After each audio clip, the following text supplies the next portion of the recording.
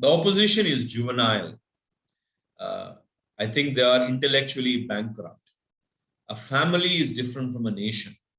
Silverware of a family is an emotional belonging of that family. It has ancestral value. But for a nation, and especially a civilizational superpower like India, money or an asset, which is a land or a building, don't make national assets or national wealth or even silverware. Our silverware is our civilization. Our silverware is our culture. A nation's assets are its people, their intellect, their emotional quotient, their intellectual quotient, their health standards, their happiness standards, and then the education and the infrastructure. These are the public investments which are now being made in infrastructure of all these areas become the wealth of the nation, not the buildings and the public sector units.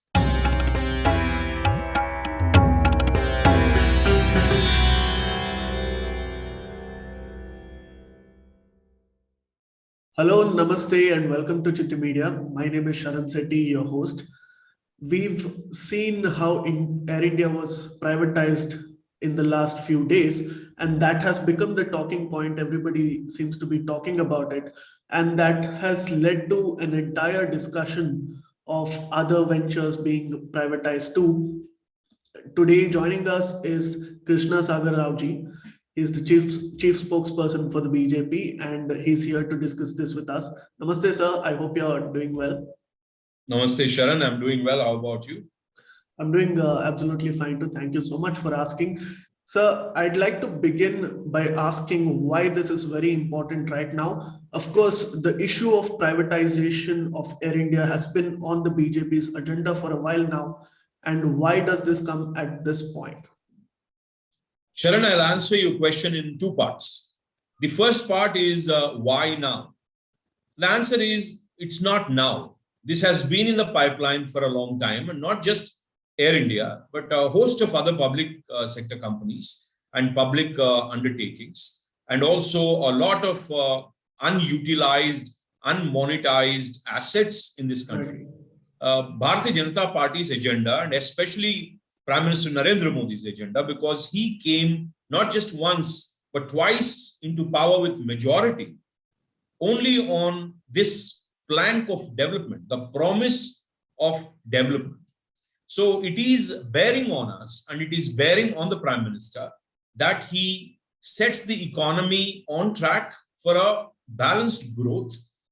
You can call it economic growth, you can call it GDP growth, you can look at the outcomes as millions of jobs being created and a lot of liquidity and capital availability in the markets. And of course, the enterprise development and entrepreneurship development. These are all the outcomes of the reforms Narendra Modi has been taking. So the first part of your question is answered, because this is our agenda, and this is an economic agenda of Prime Minister Narendra Modi, his government, and our party. The part two is why Air India. Now, Air India is since 70s been a public sector company. Prior to that, it was privately run by Tata, as you know that. And since 70s so far, there were a couple of verticals of Air India. Air India had Indian Airlines, which was called Indian sometimes, Indian Airlines sometimes, IA sometimes. But these two companies, which were actually running parallelly, got merged sometime about 10 to 15 years ago. And Indian Airlines wasn't making much money, and Air India was profitable that time. By bringing in Indian Airlines into Air India, that regime, that time during Congress regime, they successfully ensured Air India also go into losses. And there are a lot of backdoor strategies of private airlines during that time. I can even take the name Kingfisher, which ensured Air India is rendered inefficient so that Kingfisher can grow. And some leaders in Congress, inclusive of the earlier civil aviation minister from NC, has ensured that the game of Kingfisher works out well so that Air India remains inefficient and loss-making company. Right. So we don't have agendas like that. Bharatiya Janata Party run government for the last 2 terms have clear agenda of development for the nation. We don't believe in crony capitalism. We don't promote it. So Air India is at this point of time inefficient in making profits. And we certainly believe that you don't have a business to be in business if you're a government. So government needs to be where it should be and govern what it should. And we also believe minimum government and maximum governance. And that is the agenda of our government, Prime Minister Narendra Modi's agenda. So going with that, we are going ahead and ensuring that some of the public sector undertakings have to be privatized and we have to disinvest. Right. Thank you so much for that. And I'm actually glad that you touched upon the history of the airlines as well. Now, this is a slightly political question, but I think it needs to be addressed anyhow.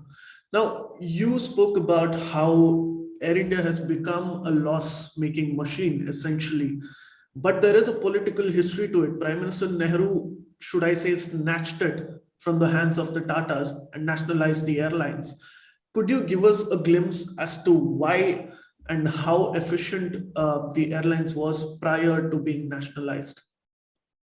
See, Sharan, prior to being nationalized, it was a monopoly.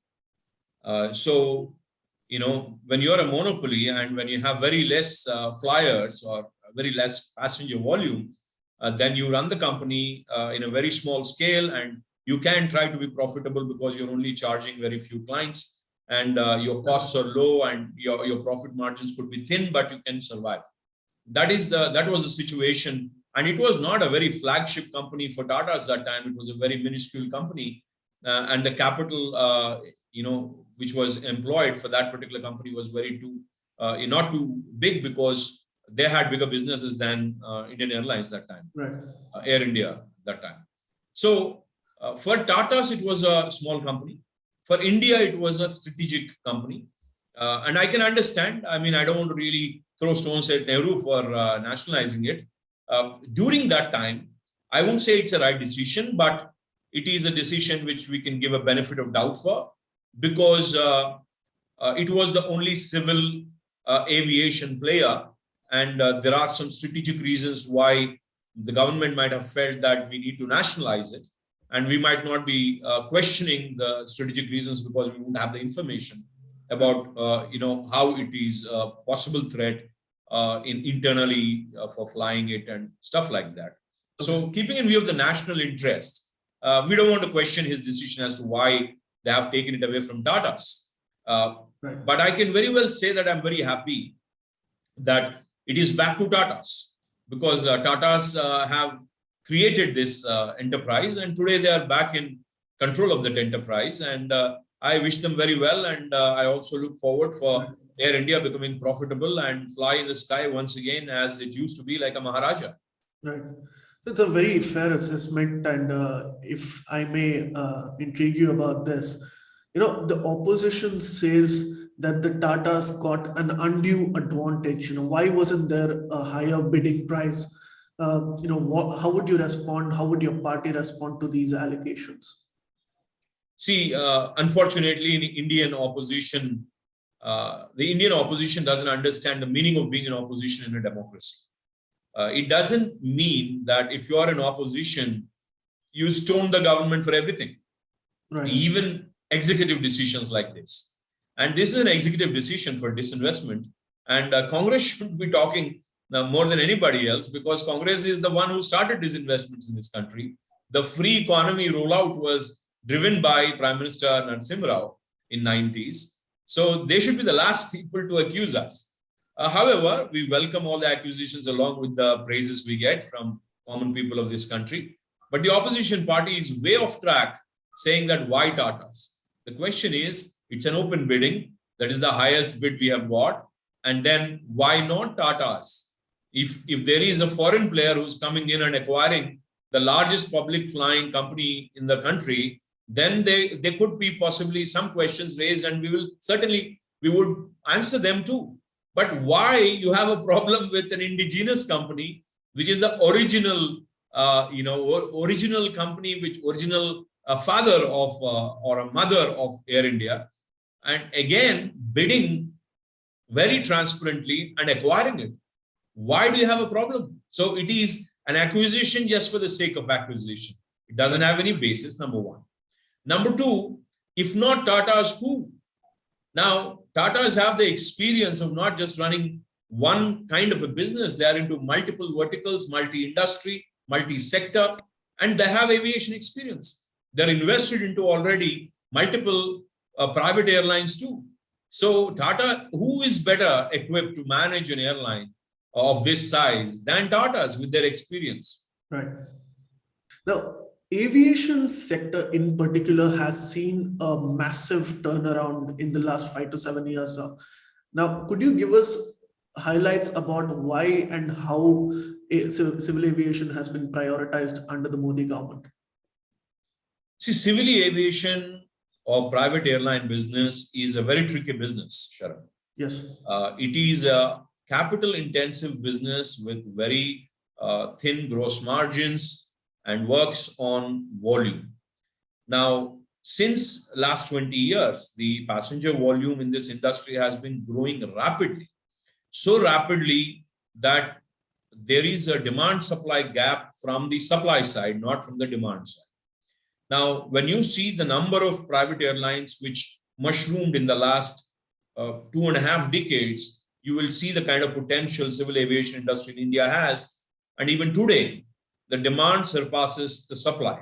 However, the last 2 years have been quite different because of the COVID-19, and the entire tourism industry and hospitality industry, which is connected directly to civil aviation, has taken a huge hit, not just in India, but globally. Right. But having said that, this is a temporary phase. Let's suppose we continue to rise above the COVID-19, issues, and then we regain the original momentum in a year or two, then there is no stopping this industry. There is no stopping this sector. Right. There's a huge potential. So for Air India or for another 4-5 operators to come in, there is plenty of space. And I believe there is volume, and I believe there is margin. However, let me also tell you, Sharan, just like any other business, if it is not run efficiently, if it is, if chronic capitalism prevails in the sector, then obviously there is a short life for any company. And Kingfisher is the best example of crony capitalism and mismanagement at the top level, at the C level, and also lack of corporate governance, lack of ethical values, and utter lack of efficiency in running an organization of that size. So it comes back to the brass tags that you need to efficiently run the business. You need to have a business strategy. You need to have control. You should allow innovation. And that is how any sector would flourish. When especially there is a sector with so much of demand, then if you can have your company on leash and then manage it well, then you'll make a lot of profit and huge sales. Right. Thank you so much for sharing that, sir. And my last question to you would be, is there any more plans in the pipeline to privatize different enterprises? Yes, of course. As I told you earlier, Modi government is a government for transformation. And our mantra of governance is perform and reform and transform. And Modi ji is added inform too, because if you're doing these three and not informing people why you're doing it, right, then you might be mistaken, as we always get mistaken by opposition, but the people understand us. So perform, reform, transform is the heart of Modi ji's governance agenda. And going with that agenda, and as I have also told you, the core agenda of this government is development. And we need to build millions of jobs. We need to increase the rate of growth of this economy. We need to go and be the number 2, number 3 economy in the world. We are number 3 in certain parameters already. The idea is to be number 1 eventually. Right. So that is the way forward. For that, we need to monetize assets which are not monetized, which are lying idle, unutilized, unmonetized. And we have to also build efficiencies into public sector units which are not being run efficiently, which are not profitable. Who's at loss, Sharan? It is the public money which is being pumped as capital into public sector companies. And if there is a huge hole in the boat, whose money is being lost? It is yours and my money which is being lost. It is the people's money. So why, I mean, all those advocates who don't want this reform of privatizing public investment or privatizing public sector and disinvestment from the public sector, they have to ask a very simple question. Why are we putting money into loss-making companies, and whose money is it? So Prime Minister Narendra Modi is very, very conscious of every rupee which is going into as an investment into public sector. If that company or a sector is not performing, then it has to be divested, it has to be disinvested. And we will carry on and disinvest any organization which is not performing to its optimum and misutilizing or wasting public investments. Right. Thank you so much for your comments. And if I may ask you a small follow-up before we conclude. Now, the opposition is trying to make this into an emotional issue of some sort, or at least attempting to. They are telling that the BJP is selling crown jewels of the country, like, the silverware that is at home.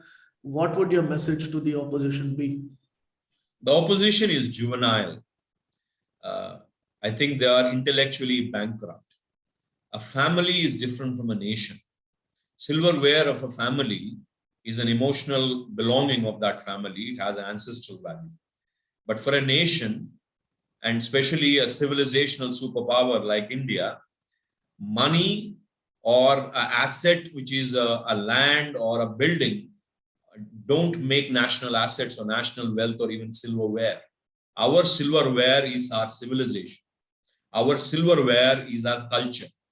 A nation's assets are its people, their intellect, their emotional quotient, their intellectual quotient, their health standards, their happiness standards, and then the education and the infrastructure. These are the public investments which are now being made in infrastructure of all these areas become the wealth of the nation, not the buildings and the public sector units. This is the level of competence the leaders of big parties who call themselves to be the fathers of the Indian democracy speak at this level, because their intellectual capacity is so limited. Right. And I'm saying this with humbleness, not with arrogance. They have to understand a nation's wealth is what all I have stated, not buildings, roads, and lands. Right. So if they figure that out, they will understand we are in the right direction. We are divesting in public sector, which is inefficient, and investing into infrastructure of all these areas which I told you about: education, health, culture, security, internal, external, and then for future progress of this nation by creating wealth and creating employment. Right. So we leave it to them to whether they can rise to our standards to understand. But otherwise, I'm very confident the people of this country very well understand the designs and the development agenda of Prime Minister Narendra Modi. Right. Very well put, sir. Thank you so much for sharing that. And I'm really glad you could take out some time for us today. My pleasure. Thank you, sir. And I hope you can join us for future conversations as well. Sure. And all of those watching at home, please do like, share, and subscribe to Citti Media. We will be continuing with our work on the Current Affairs show. This is your host, Sharan Sethi, signing off.